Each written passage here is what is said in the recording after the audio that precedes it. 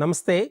Welcome to our NMMS classes conducted by our TSAT with the collaboration with the SITE, State Institute of Educational Tools, Ramanthapur. So మనం ఈరోజు ఈ NMMS క్లాసెస్లో భాగంగా part 1లో మీరు రాయబోతున్నటువంటి ఎగ్జామ్లో మొదటి అంశమైనటువంటి అనాలజీని గురించి ఈరోజు డిస్కస్ చేయబోతున్నాం. ఈ సిరీస్లో మనం ఏం చేస్తామంటే ఈ మ్యాట్లో వచ్చినటువంటి 26 అంశాలని 26 భాగాలుగా మనం నేర్చుకోబోతున్నాం. ఒక భాగం కంప్లీట్ అయిన వెంటనే మీరు చేయవలసిన పని ఏంటంటే దానిలో అడిగినటువంటి ప్రశ్నలు నేను డిస్కస్ చేస్తాను కదా, అటువంటి ప్రశ్నలు కొన్ని రిఫరెన్స్ బుక్స్ కూడా మీకు చెప్తాం. వాటిని మీరు ప్రాక్టీస్ చేసి వాటిలో వచ్చినటువంటి ఏవైనా డౌట్స్ ఉంటే మీ ఉపాధ్యాయుల యొక్క సహకారంతో నేర్చుకోండి. మనం ఈ సిరీస్లో భాగంగా కొన్నిసార్లు లైవ్ క్లాసెస్ కూడా కండక్ట్ చేస్తాం. అందులో మీరు పార్టిసిపేట్ చేసి మీకున్నటువంటి ఏమైనా సందేహాలు ఉంటే అప్పుడు ఆ ప్రశ్నలకి లేదా ఆ డౌట్స్కి మీరు మీ ప్రశ్నల ద్వారా సమాధానం తెలుసుకోవచ్చు. ఓకే, సో కాబట్టి ప్రతి సిరీస్ని ప్రతి సెషన్ని చాలా జాగ్రత్తగా మీరు ప్రాక్టీస్ చేయండి, ఫాలో అప్ కండి. ఖచ్చితంగా మీకు ఈ మెంటల్ ఎబిలిటీ టెస్ట్ అనేది చాలా సులభం అవుతుంది. 90 ప్రశ్నలు కూడా మీకు కొత్తదనమే. ఇవి టెక్స్ట్ బుక్ నుండి తీసుకున్నటువంటి అంశాలు కావు. ఇంతకుముందు మనం ముందు సెషన్లో మనం చెప్పుకున్నాం ఎగ్జామినేషన్ ప్యాటర్న్ ఎలా ఉంటుంది అనేటువంటిది కదా. ఈ ఎగ్జామినేషన్ ప్యాటర్న్లో తీసుకుంటే ఈ శాట్లో మనకు 8 రకాలైనటువంటి సబ్జెక్ట్స్ ఉన్నాయి. మరి ఎనాలజీలో కూడా మరి ఈ మ్యాట్లో కూడా సుమారు 26 రకాల అంశాలు ఉన్నాయి. అంటే ఇది ఖచ్చితంగా 26 రకాల ప్రశ్నలు ఇస్తారనేటువంటి అర్థం కాదు. ఈ 26 రకాల అంశాల నుంచి పేపర్ సెట్ అనేటువంటి 26 రకాలు తీసుకోవచ్చు, 10 రకాలు తీసుకోవచ్చు, 16 రకాలు తీసుకోవచ్చు. అతను పేపర్ సెట్టింగ్ యొక్క అవకాశాన్ని బట్టి తదనుగుణంగా మనకు ప్రశ్నలు ఇవ్వడం జరుగుతుంది. ప్రతి అంశాన్ని మనం కూలంకుషంగా నేర్చుకోవటం అనేటువంటిది చాలా ఇంపార్టెంట్. ఓకే, ఎనాలజీ అంటే ఏంటి? ఎనాలజీ అంటే ఒకే రకంగా ఉన్నటువంటి వాటిని మనం గుర్తించాలి. అంటే కొన్నిటి మధ్య ఒకే రకమైనటువంటి సారూప్యత ఉంటుంది, ఒక రకమైన ధర్మం ఉంటుంది. మొత్తం 4 అంశాలు ఇచ్చారు. 4లో మొదటి 2 అంశాల మధ్య ఒక రకమైన ధర్మం ఉంది. అదే ధర్మము మిగతా 2 అంశాల మధ్య కూడా ఉండాలి. లేదా అటువంటి ధర్మం కలిగినటువంటి 4వ అంశాన్ని మీరు కనుక్కోవాల్సి ఉంటుంది. ఇది ఎనాలజీలో వచ్చినటువంటి ప్రశ్నల యొక్క స్వభావం. అర్థమైందా? మనకు కొన్ని రాసులు కానీ, కొన్ని పదాలు కానీ, కొన్ని సింబల్స్ కానీ, కొన్ని సంఖ్యలు కానీ ఏమైనా ఇస్తాడు. ఇచ్చిన దాంట్లో మొదటి 2 సంఖ్యలు లేదా మొదటి 2 పదాలు లేదా మొదటి 2 అంశాల మధ్య ఏ రకమైనటువంటి రిలేషన్ ఉందో, ఏ రకమైనటువంటి ధర్మం ఉందో అదే ధర్మాన్ని మిగతా 2 మధ్య కూడా ఉండేటట్టుగా చూసుకోవాలి. ఆ రకంగా ఉన్నటువంటి పదాన్ని, ఆన్సర్ని మీరు ఫైండ్ అవుట్ చేయవలసి ఉంటుంది. ఇది ఎనాలజీకి సంబంధించినటువంటి క్వశ్చన్ని ఆన్సర్ చేసే విధానం. ఓకే, ఎనాలజీ అంటే ఏంటో చూద్దాం. Analogy means similarity. In this type of questions 2 objects related in some way are given and third object is also given with 4 or 5 alternatives. You have to find out which one of the alternative bears the same relation with the third object as first and second objects are related.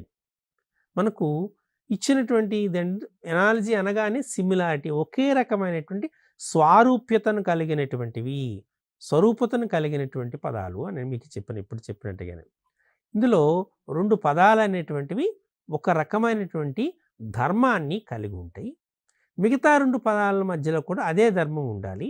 ఆ 4వ పదం లోపిస్తుంది. ఆ లోపించిన పదాన్ని మనం ఇచ్చినటువంటి 4 ప్రత్యామ్నాయ సమాధానాల నుండి ఈసారి మీకు 4 ప్రత్యామ్నాయ సమాధానాలు ఇస్తారు కాబట్టి 4 ప్రత్యామ్నాయ సమాధానం అంటే ఆప్షన్స్ ABCD ఆప్షన్స్. బహుశా మీకు ఈ పేపర్లో ABCD బదులు 1 2 3 4 ఉంటాయి. ఇది జాగ్రత్తగా గుర్తుపెట్టుకోండి. 1 2 3 4 అనేటువంటి ఆప్షన్స్ ఉంటాయి. ఈ 1 2 3 4 ఆప్షన్స్ నుండి ఏది కరెక్ట్ ఆప్షనో మీరు గుర్తించవలసిన ఆవశ్యకత ఉంది. ఇది ఎనాలజీ గురించి. అర్థమైందా? ఎనాలజీ అంటే ఒకే రకమైనటువంటి సారూప్యత కలిగిన పదాల సమూహము. దాన్నే అనాలజీ అంటారు. అయితే దాని డెఫినిషన్ అనేది మీకు పెద్దగా అవసరం లేదు. కానీ అది ఏంటి అని చూద్దాం. ఇప్పుడు మనం ఒక ప్రశ్న చూద్దాం. ఎలా ఇచ్చాడు, దాన్ని ఏం చేస్తున్నాం. మీరు ప్రశ్న చూస్తే ఇచ్చినటువంటిది ఇది ఆల్రెడీ పరీక్షలో ఇచ్చారు. దాన్ని మనం ఇప్పుడు డిస్కస్ చేస్తున్నాం. Curd, milk, shoe. నాలుగవది ఏంటి? పెరుగు, పాలు, షూ. అయితే మిగతాది ఏంటి? దానికి ఇచ్చిన ఆప్షన్స్ ఏమి ఇచ్చారు? Leather, cloth, jute, silver. Leather ఇచ్చాడు, క్లాత్ బట్ట ఇచ్చాడు, జూట్ మనం జూట్ అనే అంటాం, లేదా షేకు అంటాం. సిల్వర్ అండ్ సిల్వర్గా తీసుకున్నాం. ఇక్కడ మనకు కర్డ్, మిల్క్ ఇచ్చాడు కదా, కర్డ్, మిల్క్ని ఇచ్చాడు. కర్డ్, మిల్క్లో ఈ రెండింటి మధ్య ఏమైనా సంబంధం ఉంది గుర్తించారా మీరు? కర్డ్, మిల్క్ మధ్య సంబంధం. కర్డ్ అనేటువంటిది మిల్క్ యొక్క బై ప్రొడక్ట్, అంతేనా? పాల నుండి పెరుగు తయారవుతుంది కదా, పాల నుండి పెరుగు తయారవుతుంది. మరి షూ దేని నుండి తయారవుతుంది అనేటువంటిది మీకు కావాలి. పాల నుండి పెరుగు తయారవుతుంది కాబట్టి షూ దేని నుండి తయారవుతుంది అనే ఆలోచన చూడండి. ఇక్కడ లెదర్ ఇచ్చాడు, క్లాత్ ఇచ్చాడు, జూట్ ఇచ్చాడు, సిల్వర్ ఇచ్చాడు. సో మనకు ఫస్ట్ ఆప్షనే లెదర్. మనకు తోలుతో షూస్ తయారు చేస్తారు, అంతే కదా. కాబట్టి లెదర్ అయ్యే అవకాశం ఉంటుంది. క్లాత్, బట్టతో షూస్ తయారు చేయరు. జూట్తో మనకు షూస్ తయారు చేయరు. సిల్వర్తో కూడా జనరల్గా చేయరు. కాబట్టి వెరీ క్లియర్. ఇందులో మనకు ఆప్షన్ ఏంటి? Leather is because A curd is made from milk, similarly shoe is made from leather. So you can choose option A is the correct one. ఆ రకంగా మీరు సెలెక్ట్ చేసుకోవాల్సి ఉంటుంది. ఇందులో మీరు చాలా జాగ్రత్తగా అబ్జర్వ్ చేయాల్సిన ఉంది. కాబట్టి మీరు 8th క్లాస్ పిల్లలు ఫస్ట్ టైం కాంపిటేటివ్ ఎగ్జామినేషన్ రాయబోతున్నారు. అది కూడా నేషనల్ లెవెల్ కాంపిటీషన్. కాబట్టి ఇచ్చిన ప్రశ్నని జాగ్రత్తగా చదవండి. చదివిన ప్రశ్న తర్వాత ఆప్షన్స్ను కూడా సరిగ్గా చదవండి.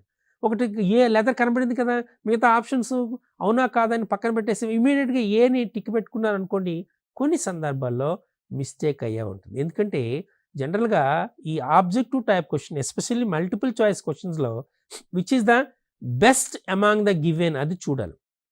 ఏది మోర్ యాక్యురేటు. కొన్నిసార్లు అన్నీ కూడా సమాన అవకాశాలు ఉండే అవకాశం ఉంటుంది. కాబట్టి జాగ్రత్తగా చూసి విచ్ ఇస్ ద బెస్ట్, ఉన్న దాంట్లో బెస్ట్ ఏంటని చూడాలి. ఇక్కడ అటువంటి ఇబ్బంది లేదు కాబట్టి నేరుగా లెదర్ అని మీరు సెలెక్ట్ చేసుకునే ఆస్కారం ఉంటుంది. Okay, malaria, mosquito. ఇక్కడ మీరే సెలెక్ట్ చేయాలి. Remaining 2 malaria, mosquito.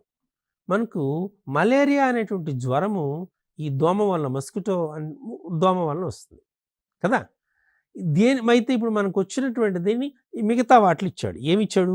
Poison, death, cholera, water, rat, plague, medicine, disease. ఇది మనకు ఇచ్చినటువంటి ఆప్షన్స్. అయితే ఇందులో పాయిజన్, డెత్, పాయిజన్ వల్ల డెత్. పాయిజన్ తీసుకున్నాం అనుకోండి, చనిపోయే అవకాశాలు ఉంటాయి. ఓకే, కలరా, వాటర్ అంటే కలుషితమైనటువంటి నీటి వలన మనకు కలరా వ్యాప్తి చెందే అవకాశం ఉంటుంది, కలరా వచ్చే అవకాశం ఉంటుంది. అలాగే ర్యాట్, ప్లేగ్, ఎలుక వలన మనకు ప్లేగ్ అనే వ్యాధి వస్తుంది. మెడిసిన్, డిసీజ్ అంటే మనకు వ్యాధి వచ్చేటప్పుడు మెడిసిన్ వేసుకుంటాం. ఇక్కడ మనకు as malaria is caused due to mosquito, similarly cholera is caused due to water. మనకి ఫస్ట్ది ఏమి ఇచ్చాడు? మనకి ఇచ్చినటువంటిది ఏంటి? వ్యాధి. రెండోది ఏమి ఇచ్చాడు? దేని వలన జరుగుతుంది, అంతే కదా. మలేరియా మస్కిటో వలన, దోమ వలన వస్తుంది. కాబట్టి కలుషితమైన నీటి వలన కలరా వస్తుంది. కాబట్టి ఈ రెండిటికి, మలేరియాకి మస్కిటోకి ఏ విధమైన సంబంధం ఉందో కలరా వాటర్కి అదే విధమైన సంబంధం ఉంది. కాబట్టి మనం ఆప్షన్ బిని సెలెక్ట్ చేసుకోవచ్చు. అయితే మిగతా వాటిని కూడా చూద్దాం. Poison, death. ఇక్కడ పాయిజన్ తీసుకోవడం వల్ల చనిపోయే అవకాశం ఉంటుంది. కానీ పాయిజన్ అనేటువంటిది మనం తీసుకుంటే poison is not a disease కదా, కాబట్టి పనికిరాదు. అలాగే ర్యాటు, ప్లేగు. మనం ఎలుక వలన ప్లేగు వ్యాధి వచ్చేటటువంటి అవకాశం ఉంది అనేది కూడా తెలుసు. కానీ ఇక్కడ ఇచ్చిన మనం ఏమి చూసారా? ఫస్ట్ ఏమొచ్చింది? ఇక్కడ వ్యాధి ఉంది, తర్వాత దానికి కారకం ఉంది, వ్యాధి కారకం ఉంది. ఇక్కడ ప్లేగ్ ఇక్కడ ఉండి ర్యాట్ ఇక్కడ ఉంటే ఇదే కరెక్ట్ అయ్యే ఆస్కారం ఉంది. కానీ ర్యాట్ ఇక్కడ, ప్లేగ్ ఇక్కడ ఉంది. ర్యాట్ ముందుంది. అంటే వ్యాధి కారకం ముందుంది, వ్యాధి తర్వాత ఉంది. కాబట్టి ఇక్కడ ఆర్డర్ కరెక్ట్గా లేదు. చూసారా? ఇంతకుముందు ప్రశ్నకు ఈ ప్రశ్నకు మధ్య ఉన్నటువంటి సంబంధం. మనం కలరా, వాటర్, ర్యాట్, ప్లేగ్ ఈ రెండు దరిదాపుగా సమానమైన ఆన్సర్లే. రెండు కూడా కరెక్టే ఆస్కారం ఉంది. కానీ ఇక్కడ రిలేషన్ ఆర్డర్ ఏముంది? ముందు వ్యాధి ఉంది, తర్వాత వ్యాధి కారకం ఉంది. ఇక్కడ కలరా వ్యాధి ఉంది, వ్యాధి కారకం ఉంది. ఇక్కడ ఏముంది? వ్యాధి కారకం ఉంది, తర్వాత వ్యాధి ఉంది. కాబట్టి సి ఆర్డర్ అనేటువంటిది కరెక్ట్గా లేదు. కాబట్టి మనం సిని సెలెక్ట్ చేసుకునే ఛాన్స్ లేదు. మెడిసిన్ డిసీజ్ ఇక్కడ మనం చెప్పేటటువంటిది వ్యాధి కారకమే లేదు కదా. కాబట్టి బి ఆప్షన్ చూసారు. ఈ రకంగా మనం ఆప్షన్స్ని చాలా జాగ్రత్తగా పరిశీలన చేసి ఏది కరెక్ట్ అనేటువంటిది చూడాలి. క్లియర్? ఓకే. ఇప్పుడు మరో ప్రశ్న చూద్దాం. 4:18, 6:what అన్నాడు. 4:18 ఇది మనకు నిష్పత్తులు మీకు 8th క్లాస్లో ఉన్నాయి. రేషియోస్ అండ్ ప్రపోర్షన్స్ అని ఉంది కదా. అనులోమానుపాతము, విలోమానుపాతము, మిశ్రమ అనుపాతము, compound ratios, direct proportion, indirect proportions ఇలా ఉన్నాయి కదా. వాటిలో మనం తీసుకునే దాంట్లో కాన్సెప్ట్ వచ్చినటువంటిది. సేమ్ కాన్సెప్ట్ ఇందులో. 4:18 తీసుకున్నారు. ఒక ప్యాటర్న్ ఇక్కడ ఉంది, జాగ్రత్తగా మీరు అబ్జర్వ్ చేస్తే. 4కి 18కి మధ్య ఉన్నటువంటి రిలేషన్ ఏంటి? 4కి 18కి మధ్య ఫోర్త్ టేబుల్ చూసుకోండి. 4 16, ఇట్ ఈస్ 2 more కదా. అంటే మనం తీసుకున్నప్పుడు మనకి ఎలా వస్తుంది? 4 16 మనకు వస్తుంది. కాబట్టి ఇక్కడ మనం ఏం చేయాలి? దీన్ని తీసుకున్న అలాగే 18 రావాలి. ఇక్కడ 18 వచ్చింది. ఓకే. ఇప్పుడు మనం దీన్ని తీసుకున్నకి ఒక కండిషన్గా చూద్దాం. ఎలా కండిషన్ అంటే 4² + 2 ఈజ్ 16 + 2 విచ్ ఈజ్ 18. అంటే ఫస్ట్ దాన్ని స్క్వేర్ చేసి 2 యాడ్ చేసాం. క్లియర్? ఇప్పుడు మనకు ఇక్కడ 6 ఉంది. ఏం చేయాలి? 6² + 2 36 + 2 38. సేమ్ ప్యాటర్న్ వచ్చింది. కాబట్టి మనం 38ని కరెక్ట్ ఆప్షన్గా మనం చూపించవచ్చు. అయితే ఇక్కడ ఏముందండి, ఇది యాక్చువల్గా ప్రిఫిక్స్ సఫిక్స్లో ఉన్నవి మనకు స్క్రీన్ పైన. ఇది ఎలా రావాలంటే 4², ఇది 6². అందుకే క్లారిటీగా మీకు దీనిపైన గీయడం జరిగింది. అర్థమైందా? 4² + 2 is equal to 16 + 2 that is 18.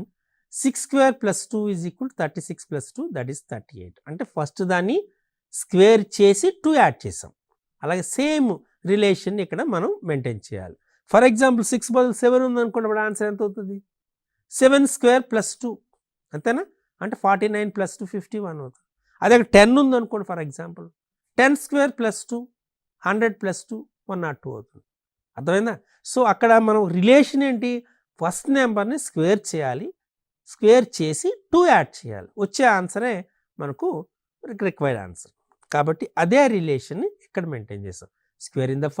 Squaring the number and adding 2 to it. That is the answer. So 6² + 2 which is equal to 38. This is answer. Is it clear? So కాబట్టి కొన్నిసార్లు మనం ఈ ఎనాలిజీలో జనరల్ మ్యాథమెటిక్స్ కాన్సెప్ట్స్ కూడా అడుగుతూ ఉంటాడు. కాబట్టి అన్నీ especially math అనేటువంటిది మీ యొక్క ఎనలిటికల్ రీజనింగ్ని, లాజికల్ రీజనింగ్ని, ప్రెజెన్స్ ఆఫ్ మైండ్ని, ఇవన్నిటిని టెస్ట్ చేస్తూ ఉంటుంది అనమాట. మీకు కాన్సెప్చువల్ నాలెడ్జ్ ఎంత ఉంది, ఆ కాన్సెప్చువల్ నాలెడ్జ్లో లాజికల్ రీజనింగ్ ఎంత శాతం మీరు వాడుతున్నారు, ఇవన్నీ కూడా పరిశీలన చేయడం జరుగుతుంది అనమాట. ఇప్పుడు మరో ప్రశ్న చూద్దాం. ఇచ్చినటువంటి cup, lip, bird which one? Cup, lip ఇచ్చాడు, బర్డ్ ఏంటి అని అడిగాడు. ఓకే. సో ఇక్కడ మనకు ఇచ్చాడు ఆప్షన్స్ ఏమి ఇచ్చాడు? బుష్ ఇచ్చాడు, గ్రాస్ ఇచ్చాడు, ఫారెస్ట్ ఇచ్చాడు, బీక్ ఇచ్చాడు. ఓకే. మనం ఈ కప్పు తీసుకున్నాం కదా. కప్పుని మనం కప్పులో ఏదైనా మనం లిక్విడ్ తీసుకుంటాం, ఏదో లిక్విడ్ తీసుకుంటాం, కాఫీ, టీ కానీ, ఫ్రూట్ జ్యూస్ కానీ, వాట్ ఎవర్ ఇట్ మేబీ మనం తీసుకున్నాం. అది ఆ కప్పులో ఉన్న లిక్విడ్ని మనం తాగాలంటే దేని సహాయంతో తాగుతాం? లిప్ సహాయంతో తాగుతాం, అంతే కదా. కప్పు లిప్ సహాయంతో జరుగుతుంది. కాబట్టి బర్డ్ దేనికి సంబంధించినటువంటిది? జనరల్‌గా అప్పుడు ఏం చేస్తుంది? Bird collects grass with the help of beak. అంతే కదా! ఇప్పుడు బర్డ్స్ ఉంటాయి. బర్డ్స్ ఏం చేస్తాయి? బర్డ్స్ ఏమైనా పట్టుకోవాలనుకోండి, ఏమైనా తీసుకోవాలి గ్రాస్‌ని పట్టుకోవాలనుకోండి, దేని సహాయం తీసుకుంటాయి? తమ యొక్క ముక్కు సహాయం తీసుకుంటాయి కదా! బీక్ సహాయంతో. కాబట్టి ఆన్సర్ ఏమవుతుంది? బీక్. Clear? A cup is used to drink something with the help of lips. Similarly, birds collect the grass with the help of the beak to make their nest. వాళ్ళ యొక్క గూడిని కట్టుకోవడానికి వీటికి అన్నిటికీ కూడా ఈ బీక్ సహాయంతో, తన యొక్క ముక్కు సహాయంతో వాటిని తీసుకోగలుగుతాయి. కాబట్టి ఇక్కడ ఖచ్చితంగా మనకు ఆప్షన్ డి బీక్ అనేది ఆన్సర్ అవుతుంది. చూసారా అక్కడ మనకు ఇచ్చినట్టు ఆప్షన్స్ ఏంటి? Bush, grass, forest, peak. ఇవన్నీ కూడా మనకు పక్షి అనగానే మనకి ఇవన్నీ బుష్, ఒక పొద కానీ, గడ్డి కానీ, అలాగే అడవి కానీ, లేదా దాని ముక్కు కానీ, అన్నీ పక్షికి ఒక రకంగా సంబంధించినవి ఇచ్చారు. కానీ which is the nearest one and which is very similar the relation between the first 2 terms, అది ఇంపార్టెంట్ అనమాట. మనం కప్పులో తీసుకున్నట్టు ఏ లిక్విడ్ని అయినా డ్రింక్ చేయాలనుకుంటే with the help of our lips we can drink those drink, correct? The same way, if the birds want to collect some grass or something else, so they will use their beak to hold those, to collect the particular grass or objects. Clear? So beak is the correct answer. Okay, now we will shift to the next. Flow, river, stagnate, what is the answer? So flow, river, stagnate, what is answer? చూడగానే మీకు 8th class పిల్లలు కాబట్టి మీరు ఈ concept ఏంటంటే మరీ డెప్త్గా ఉండవు, సింపుల్గానే మీ యొక్క ఐక్యూ లెవెల్ని టెస్ట్ చేయడానికి, ఆ ప్రెజెన్స్ ఆఫ్ మైండ్ని కూడా టెస్ట్ చేయడానికి మీకు ఎగ్జామినేషన్లో అడుగుతారు. మీకు అన్ని సబ్జెక్ట్స్ పైన ఏ విధమైన అవగాహన ఉంది అనేటువంటి తెలుసుకోవడానికి కూడా ఈ కైండ్ ఆఫ్ ప్రశ్నలు అడిగే అవకాశం ఉంటుంది. ఫ్లో, రివర్, జనరల్గా నదులు పారుతూ ఉంటాయి, అంతే కదా, గలగల అని నదులు పారుతూ ఉంటాయి. సో ఫ్లో, రివర్ అనేటువంటిది ఫ్లో అవుతూ ఉంటుంది. ఇక మనకు స్టాగ్నెంట్ వాటర్ ఉంటుంది రివర్లో. మరి స్టాగ్నెంట్ వాటర్ ఎక్కడ ఉంటుంది అంటే వెంటనే ఐడియా రావాలి. స్టాగ్నెంట్ వాటర్ ఎక్కడ ఉంటుంది? రెయిన్లో ఉంటుందా, స్ట్రీమ్లో ఉంటుందా, పూల్లో ఉంటుందా, కెనాల్లో ఉంటుందా అన్నాడు. ఇది అనగానే మీకు ఐడియా వచ్చేస్తుంది చదివినప్పుడే. పూల్, ఒక సరస్సులో కానీ, కొలంలో కానీ, ఒక చెరువులో కానీ నీళ్ళు అనేటువంటివి స్టాగ్నెంట్గా ఉంటాయి. అవి అటువైపు ఇటువైపు ప్రవహించవు, కరెక్ట్ కదా. అలా అంటే నదుల్లో నీరు ప్రవహిస్తుంది, ఫ్లో అంటే నదుల్లో నీరు ప్రవహిస్తుంది. మరి ఎక్కడ నీరు స్టాగ్నెంట్గా ఉంటుంది, ఒక స్థిరంగా ఉంటుంది అనేటువంటి అంటే ఖచ్చితంగా మీరు పూల్ అని మీరు సెలెక్ట్ చేసుకోవచ్చు. C is the correct option. As a water of river flows, similarly water of pool is stagnant. Okay, మనము రెయిన్ తీసుకున్నాం అనుకోండి, రెయిన్లో వాటర్ ఉంటుంది, it's okay, but it flows కదా. ఆ క్లౌడ్స్ నుండి మనకు వాటర్ వస్తుంది. మనం వాటర్ సైకిల్ మేము చూసాం. ఈ సముద్రంలోని, నదుల్లోని, ఈ చెరువుల్లోని, వీటిలో నీరంతా కూడా సూర్యకాంతి యొక్క వేడి వలన ఆవిరవుతుంది. వాటర్ వేపర్గా మారి అవి పైకి పోయి క్లౌడ్స్గా ఫామ్ అయ్యి అవి మరలా చల్లబడి వర్ష రూపంలో మనకు చేస్తుంది. ఇట్స్ వాటర్ సైకిల్, అందరికీ తెలిసిన విషయమే కదా, జలచక్రము అంటారు. అక్కడ రెయిన్ అనేటువంటిది అక్కడ ఫ్లో వస్తుంది మనకి. స్ట్రీమ్ తీసుకున్నారనుకోండి, ఈ స్ట్రీమ్ అంటే ప్రవాహం, అది కూడా ప్రవాహం అనేటువంటిది వస్తుంది. ఇక్కడ కెనాల్ అని తీసుకున్నాం అనుకోండి, కెనాల్ కూడా ఒక రకమైనటువంటి ప్రవాహానికి మనకి canals, right canal, left canal అంటుంటాం. కుడి కాలువలు, ఎడమ కాలువలు అని అంటాం కదా. ఇప్పుడు నాగార్జున సాగర్ ఉంది, కుడి కాలువ ఉంటుంది, ఎడమ కాలువ ఉంటుంది. ఈ కుడి కాలువ ద్వారా, ఎడమ కాలువ ద్వారా నీటిని విడిచిపెట్టడం వల్ల మనకు పొలాలకి సరైనటువంటి పంటలు పండడానికి ఆస్కారం ఉంటుంది. ఇది సో వీటన్నిటిలో మనం ఈ మూడిట్లో, రెయిన్లో కానీ, స్ట్రీమ్లో కానీ, కెనాల్లో కానీ, వీటిలో చూస్తే వాటర్ ఫ్లో అవుతుంది. బట్ పూల్లో అంటే మన ఒక చెరువులో నీరు స్టాగ్నెంట్గా ఉంటుంది, స్థిరంగా ఉంటుంది. కాబట్టి C is the correct option. Cat, hoof, what is it? Lamb, elephant, line, horse ఇది ఇచ్చిన ఆప్షన్. అయితే వీటిని ఏంటి అసలు ఇది మనకు అడుగుతూ ఉంటాడు. ఏంటి అసలు పాని క్యాట్ని హూఫ్ దేనికి సంబంధం? ఏ క్యాట్ హ్యాజ్ అ పా, similarly horse has a hoof. అంటే మనకు వీటికి సంబంధించినటువంటి మన ఎలా అడుగుతాడంటే ఎ గ్రూప్ ఆఫ్ క్యాట్స్ ఎక్కడ ఈ పిల్లులు అనేటువంటి ఎక్కడ నివసిస్తాయి, అలాగే పిల్లులు నివసించే స్థలం పేరు కానీ, లేదా ఒక పిల్లుల సమూహాన్ని కానీ ఏ రకంగా అంటారు, లేదా పిల్లికి సంబంధించినటువంటి దాన్ని ఈ పాదం కానీ వీటిని కానీ మనం ప్రత్యేకమైన పదానికి అడుగుతాడు. పా అనేటువంటిది పిల్లికి సంబంధించినటువంటిది, క్యాట్కి సంబంధించినటువంటిది ఇచ్చాడు. హూఫ్ అనేటువంటి it's a part. In the same ఏమొస్తుంది మనకి, ఏ క్యాట్ హ్యాజ్ ఎ పా, similarly horse has a hoof. పా అనేటువంటిది మనకి పిల్లి యొక్క పాదాన్ని మనం చూస్తే దాన్ని పా అంటాం. సో ఇక్కడ హూఫ్ అనేటువంటిది తీసుకుంటే హూఫ్ అనేటువంటిది మనం హార్స్కి సంబంధించినటువంటిది, హార్స్ యొక్క దాన్ని తీసుకుంటే దాన్ని గిట్ అని మనం చూసుకుంటే దాన్ని చేస్తారు. కాబట్టి D is a correct option. Okay, ఇది మీకు బయాలజీలో వస్తుంది, క్లియర్గా అర్థమై ఉంటుంది. అండ్ నెక్స్ట్, ఇందులో మీరు చాలా వరకు ఇది తెలుసుకోవాలి. ఒక్కొక్క శాస్త్రాన్ని చదివే వాళ్ళు ఒక్కొక్కరు ఉంటారు, దానికి ఒక శాస్త్రం అంటారు. ఇప్పుడు మనం భూమి గురించి నేర్చుకోవాలనుకోండి, భూమి గురించి తెలుసుకోవాలనుకోండి, జియాలజీ అంటారు. అలాగే బర్డ్స్ గురించి, బర్డ్స్ యొక్క ఎన్ని రకాల బర్డ్స్ ఉంటాయి, వాటికి ఆహారపు అలవాట్లు ఏంటి, వాటి రెక్కలు ఎలా ఉంటాయి, ఈ రకంగా వీటికి బర్డ్స్ యొక్క గురించి తెలుసుకునేటువంటి దాన్ని వాళ్ళని తెలుసుకునే శాస్త్రవేత్తని మనం ఆర్నిథాలజిస్ట్ అంటారు. బర్డ్స్ని గురించి అంటే ఈ పక్షుల శాస్త్రం గురించి, పక్షుల గురించి పరిశోధనలు చేసేటటువంటి శాస్త్రవేత్తల్ని ఆర్నిథాలజిస్ట్ అంటారు. మరి అలాగే ఆర్కియాలజిస్ట్ అని ఎవరిని అంటారు? ఇది చాలా ఇంపార్టెంట్. ఆర్కియాలజిస్ట్ అని మీరు వినే ఉంటారు, మీ జాగ్రఫీ టీచర్ చెప్పాలి.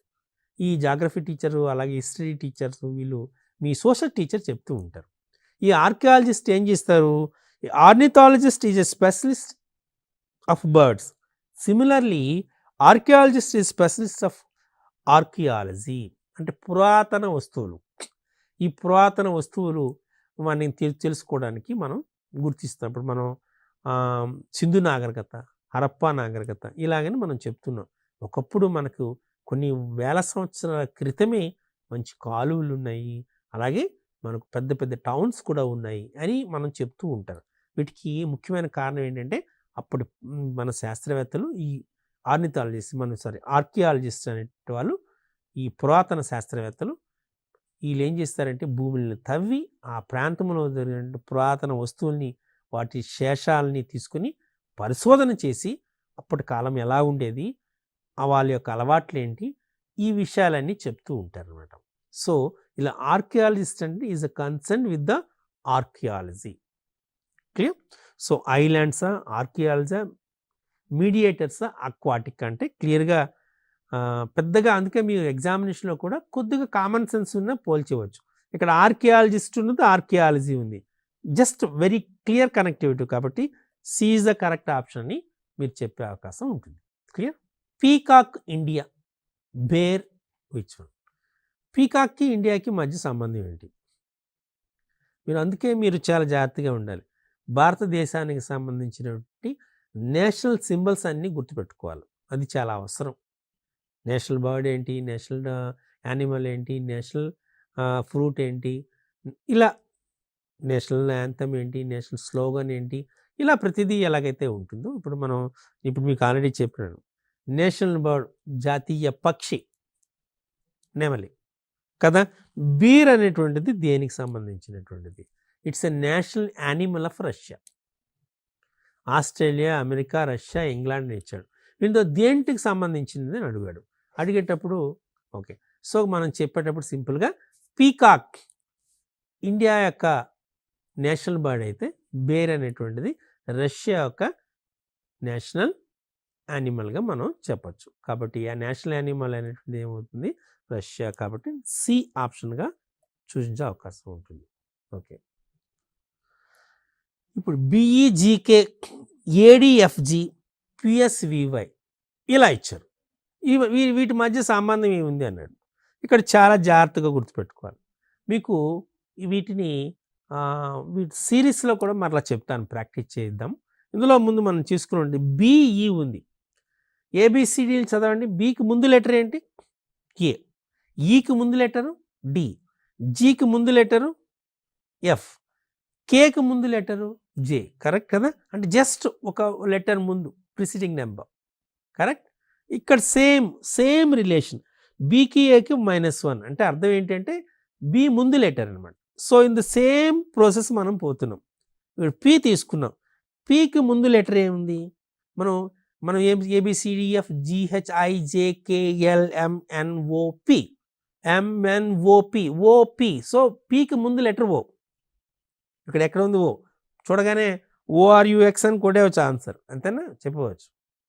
ఎస్ ఒక చెక్ చేద్దాం. ఎస్కి ముందు లెటర్ ఏంటి? పిక్యూఆర్ఎస్. సో ఎస్కి ముందు letter R. STUV. So V ఉంది. వికి ముందు లెటర్ యు. అలాగే XYZ. సో వైకి ముందు letter X. So ORUX is the correct. Just lettering position చూసుకోవాలి. ఇక్కడ BEGK. So the next letters, each letter యొక్క నెక్స్ట్ ప్రీవియస్ లెటర్ తీసుకున్నారు. ప్రీవియస్ లెటర్స్ ఏంటవుతాయి? ADFG. సిమిలర్ మేనర్ PSVYలో వాటికి ముందు ఉన్నటువంటి లెటర్స్ ఏంటో చూసుకోవాలి. ఏ ముందు ఏమవుతాయి? ORUX. సో ఆప్షన్ బి అనేది correct answer. AZBY CXDW EVFU అని ఇచ్చాడు. ఇక్కడ ఏసి 2 లెటర్లు తేడా వచ్చినాయి. అబ్జర్వ్ చేయండి. మధ్యలో ఏమొచ్చింది? ఏకి సికి మధ్యలో బి ఉంది. అంటే ఒక లెటర్ జంప్ అయి వచ్చింది. జెడ్ పద్ధతి ప్రకారం ఏమవ్వాలి? జెడ్ జంప్ అయితే ఇప్పుడు మనం దాన్ని తీసుకున్నాం కదా. తీసుకున్నప్పుడు జెడ్ 2 లెటర్స్ ఏమొచ్చింది? ఎక్స్ వచ్చింది. అంటే 2 లెటర్స్ వెళ్ళింది ముందు. అలాగే బి తీసుకున్నాం. BCD సి వచ్చింది. Y XYZ UVW. కరెక్ట్. అంటే 2 లెటర్స్ డిఫరెన్స్ వచ్చినాయి. కాబట్టి EVFU చూద్దాం. ఈకి ఒక లెటర్ స్కిప్ అవ్వాలి. ఎఫ్ స్కిప్ అయ్యి నెక్స్ట్ లెటర్ ఈజీ కదా. కాబట్టి లెటర్స్ చూసుకోండి, సింపుల్గా రాసుకోండి, అప్పుడు చేస్తే సరిపోతుంది. ABCDEFG వచ్చింది. యు వచ్చింది. 2 లెటర్స్ జంప్ అవ్వాలి అంటే నెక్స్ట్ ఇక్కడికి వచ్చింది జీ. ఓకే, అన్ని జీలు ఉన్నాయి కదా. మరి అన్ని జీలు ఉన్నప్పుడు మళ్ళా చెక్ చేసుకోవాలి. వి తీసుకున్నాం. జనరల్గా వి తీసుకున్నప్పుడు ఏమొస్తుంది? మనకి 2 లెటర్స్ దానికి వచ్చింది. ఇక్కడ కూడా మీకు ఐడియా వచ్చేసి ఇక్కడ వి ఉండదు. అప్పుడు వీక్ వచ్చేటప్పుడు ఏమొస్తుంది? ముందు లెటర్ తీసుకున్నాం. ఇక్కడ ముందుకు వెళ్ళాలంటే ఏమొస్తుంది? మనం తీసుకున్నాం PQR అక్కడ రాసుకుందాం మన ఈజీ కోసం. PQRSTUVW. కరెక్ట్. ఇక్కడ వికి ముందుకు వెళ్ళాల, 2 లెటర్స్ ముందుకు. అంటే ఏమొస్తుంది? టీ వస్తుంది. ఇప్పుడు ఫస్ట్ది ఏమొచ్చింది? G, next T. చూడగానే GTHS అని మనం చెప్పవచ్చు. అయినా చెక్ చేద్దాం. నెక్స్ట్ ఏమొచ్చింది? డీకి వచ్చినప్పుడు ఇక్కడికి BD అయింది. 2 లెటర్స్ ముందుకు వెళ్ళింది. అలాగే ఇక్కడ మీరు ఎఫ్కి 2 లెటర్స్ ముందుకు వెళ్ళాలి. ఎఫ్కి 2 లెటర్స్ ముందు అంటే FGH వచ్చింది. సో క్లియర్గా GTHS is the correct option అని మనం చెప్పుకోవచ్చు. ఇప్పుడు EC AC EG IKMO QSUW అని ఇచ్చాడు. ఏం చేద్దాం? సేమ్ ఇక్కడ కూడా చూసుకోవాలి. ఎన్ని లెటర్స్ ముందుకు వెళ్ళాయో చూడాలి. చూసుకొని దాని ప్రకారం చేసుకోవాలి. ఏకి ఐకి మధ్య డిఫరెన్స్ 8 లెటర్స్ ఉన్నాయి. సికి కేకి మధ్య 8 డిఫరెన్స్ ఉంది. ఈకి ఎంకి మధ్య 8 డిఫరెన్స్ ఉంది. అలాగే పొజిషన్ నెంబర్. అందుచేత మీరు ఏం చేయాలంటే మీరు రాసుకున్నప్పుడు ABCD నెంబర్స్ ఇచ్చేసుకోండి. 1 2 3 4 5 6 అని. దీన్ని మీకు ఈ కోడింగ్ డీకోడింగ్ చెప్పేటప్పుడు ఖచ్చితంగా వీటిపైన చెప్తాను. చేస్తే మనం ఇప్పుడు దానికి 8 లెటర్ డిఫరెన్స్. క్యూ తర్వాత 8 లెటర్స్ తర్వాత వచ్చినటువంటి లెటర్ ఏంటి? క్యూ 8 లెటర్స్ యాడ్ చేస్తే మనకు వై వస్తుంది. ఎస్కి 8 లెటర్స్ యాడ్ చేస్తే ఏ వస్తుంది. యూకి 8 లెటర్స్ యాడ్ చేస్తే సి వస్తుంది. అండ్ డబ్ల్యూకి 8 లెటర్స్ యాడ్ చేస్తే ఈ వస్తుంది. కాబట్టి YACE is the answer. YACE is the answer. 14 9 20 26 ఇచ్చాడు. 14 9 తీసుకున్నాడు. తీసుకుంటే ఇప్పుడు ఏం చేస్తున్నాడు? సింపుల్గా మనం 14 తీసుకున్నాం. 14కి 9కి మధ్య డిఫరెన్స్ 5, 26. ఇక్కడ ఏం చేయాలంటే 2 9s 18, 18 మైనస్ 4 14 ఇచ్చింది. అలానే 2 15s 30, 13 మైనస్ 4 30 మైనస్ 4 26. కరెక్ట్. ఈ రకంగా మనం తీసుకున్నప్పటికి 26 వచ్చింది. కాబట్టి ఇక్కడ 8 వస్తుంది అనేటువంటి ఆప్షన్ డి అనేటువంటి 15. మనం 15 చేస్తేనే ఆప్షన్ వస్తుందని పోల్చాలి. ఈ రకంగా మనకు ఎనాలజీలో ప్రశ్నలు వస్తాయి. అంటే వాటి మధ్య సారూప్యత ఒకే రకంగా ఉంటుంది. ఏ రకమైన సారూప్యత ఉంటుందో మీరు గుర్తించి తదనుగుణంగా సరైన సమాధానం గుర్తించాలి. వీటి కోసం మీరు ఏం చేస్తారంటే మెగ్రహిల్స్ అనేటువంటి బుక్ దొరుకుతుంది. టాటా మెగ్రహిల్స్ బుక్ దొరుకుతుంది. అలానే మీకు ఈ ఉపకార్ సిరీస్లో కూడా బుక్ దొరుకుతుంది. వాటి ప్రాక్టీస్ చేయండి. మార్కెట్లో ఇంకా అదర్ బుక్స్ కూడా విక్రమ్ సిరీస్ అని కూడా డిఫరెంట్ బుక్స్ ఉంటాయి. ఉపాధ్యాయులు కూడా చాలామంది ఎవరైతే ప్రాక్టీస్ ఇస్తున్నారో వాళ్ళు కూడా దీన్నే వాడుతూ ఉంటున్నారు. మరికొన్ని ఉంటాయి. వీటిని మీరు ప్రాక్టీస్ చేస్తే ఎనాలజీలో సుమారు 3 లేదా 4 క్వశ్చన్లు వచ్చే అవకాశం ఉంటుంది. కొన్ని సందర్భాల్లో ఎనాలజీకి ఒక సెక్షన్ కేటాయిస్తారు. అంటే ఒక 5 ప్రశ్నలు ఎనాలజీ నుండే వచ్చే అవకాశం ఉంటుంది. కాబట్టి వాటిని జాగ్రత్తగా ప్రాక్టీస్ చేసి 5 మార్కులకు 5 తెచ్చుకునేట్టుగా 5 అవుట్ ఆఫ్ 5 వచ్చేటట్టుగా ప్రయత్నం చేయండి. సో మరొక ఎపిసోడ్లో మరొక అంశంతో కలుద్దాం.